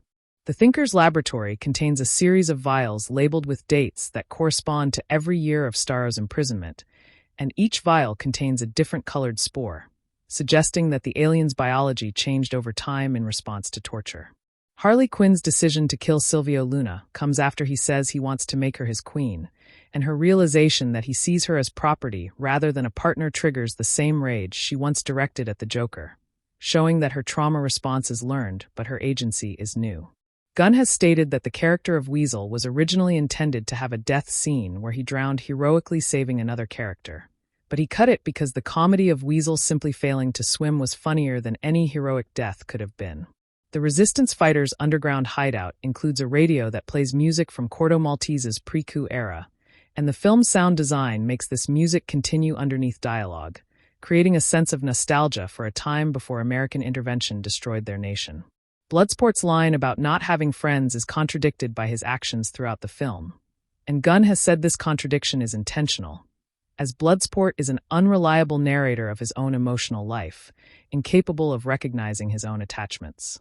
King Shark's childlike wonder at seeing a butterfly during the final battle is a moment of pure innocence amid destruction, and the butterfly lands on his nose for 3 seconds before flying away, a small gift of beauty that the film gives to its most monstrous character. The Jotunheim Towers elevator ride includes a moment where the squad passes a floor-marked quarantine zone, and the film's camera lingers on this sign just long enough for audiences to wonder what disease required such isolation, and whether it still lives behind those doors. Peacemaker's kill count includes a moment where he murders a soldier who was already bleeding out from another wound, and the film holds on the soldier's face as he realizes he is being executed rather than saved, a moment of cruelty that defines Peacemaker's character. The casting of Viola Davis as Amanda Waller was retained from the 2016 film because Gunn recognized that her performance was the one element that required no improvement, as she had already perfected the role of a bureaucrat whose smile never reaches her cold, calculating eyes. Gunn has revealed that the film's opening scene, where Waller briefs the decoy team, was written specifically to mirror the opening of the 2016 film, allowing audiences to feel a false sense of familiarity before the massacre subverted everything they expected. The beach massacre sequence was choreographed by a military consultant who had served in special forces, and the efficiency with which the Corto Maltese soldiers dispatched the squad reflects real military tactics rather than movie logic, where heroes survive against impossible odds. The Thinker's Laboratory contains a series of vials labeled with dates that correspond to every year of Starro's imprisonment, and each vial contains a different colored spore, suggesting that the alien's biology changed over time in response to torture. Harley Quinn's decision to kill Silvio Luna comes after he says he wants to make her his queen, and her realization that he sees her as property rather than a partner triggers the same rage she once directed at the Joker, showing that her trauma response is learned but her agency is new. Gunn has stated that the character of Weasel was originally intended to have a death scene where he drowned heroically saving another character, but he cut it because the comedy of Weasel simply failing to swim was funnier than any heroic death could have been. The Resistance Fighters' underground hideout includes a radio that plays music from Corto Maltese's pre-coup era, and the film's sound design makes this music continue underneath dialogue, creating a sense of nostalgia for a time before American intervention destroyed their nation. Bloodsport's line about not having friends is contradicted by his actions throughout the film, and Gunn has said this contradiction is intentional, as Bloodsport is an unreliable narrator of his own emotional life, incapable of recognizing his own attachments. King Shark's childlike wonder at seeing a butterfly during the final battle is a moment of pure innocence amid destruction, and the butterfly lands on his nose for 3 seconds before flying away, a small gift of beauty that the film gives to its most monstrous character.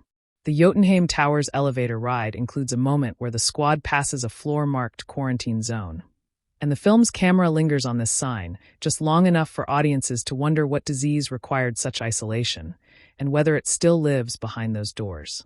Peacemaker's kill count includes a moment where he murders a soldier who is already bleeding out from another wound, and the film holds on the soldier's face as he realizes he is being executed rather than saved, a moment of cruelty that defines Peacemaker's character.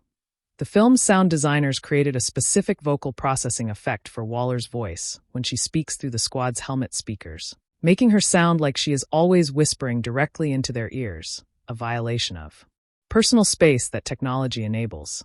Gunn has revealed that the character of Savant's death was filmed with Michael Rooker performing the scene while wearing a harness that would jerk his head backward at the moment of explosion, creating the effect of his body reacting to the nanite detonation. The rats that save the city are shown to include rats that were previously used for medical research, identifiable by the stitches on their bodies where scientists had implanted and removed tracking devices, a detail that appears for only one frame. Bloodsport's negotiation with Waller includes him demanding that Ratcatcher 2 receive a window in her cell, a request that seems trivial but represents his understanding that sunlight is essential for mental health, something prisoners are routinely denied. The film's production used a real decommissioned aircraft carrier for the Waller Command Center scenes, and the actors reported feeling genuinely disoriented by the ship's slight movements, which made the command center feel alive beneath their feet. Polka Dot Man's polka dots are shown to be more numerous when he is stressed, meaning his power actually becomes more dangerous when he is most vulnerable, a cruel irony that explains why he has always been isolated from human contact. The Thinker's final scene includes him saying that he regrets nothing, and the film holds on his face for 5 seconds after he speaks, allowing audiences to see that he means it, without any last-minute redemption or apology. Gunn has explained that the film's title card appears after the beach massacre because he wanted audiences to understand that the film's true beginning is not Waller's briefing, but the squad's survival, with the massacre serving as a prologue to the real story. The resistance fighter Sol Soria's backstory includes her being a former teacher before the coup, and this detail appears in a single line of dialogue, showing that revolutions often recruit from professions that have nothing to do with violence. King Shark's friendship with Ratcatcher 2 is sealed when she shares her blanket with him during a cold night, and his reaction of confused gratitude shows that no one has ever offered him comfort before, only commands and confinement. The film's editor created a version where the beach massacre was shown from the soldiers' perspective, but Gunn rejected it because seeing the squad as victims rather than heroes made their deaths too tragic for the comedic tone he wanted to maintain.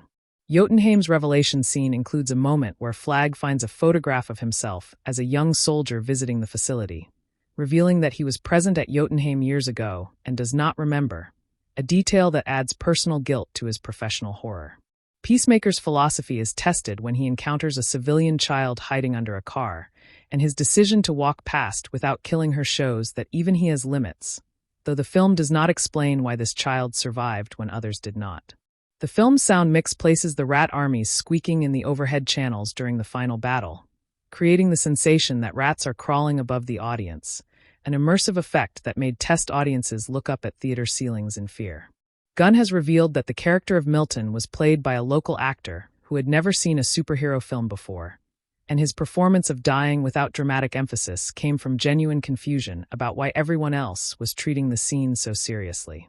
Bloodsport's helmet camera footage of Flag's murder is shown in slow motion during the final battle, and the film's editor slowed the footage down frame by frame rather than using digital slow motion, creating a stuttering effect that feels more visceral and real.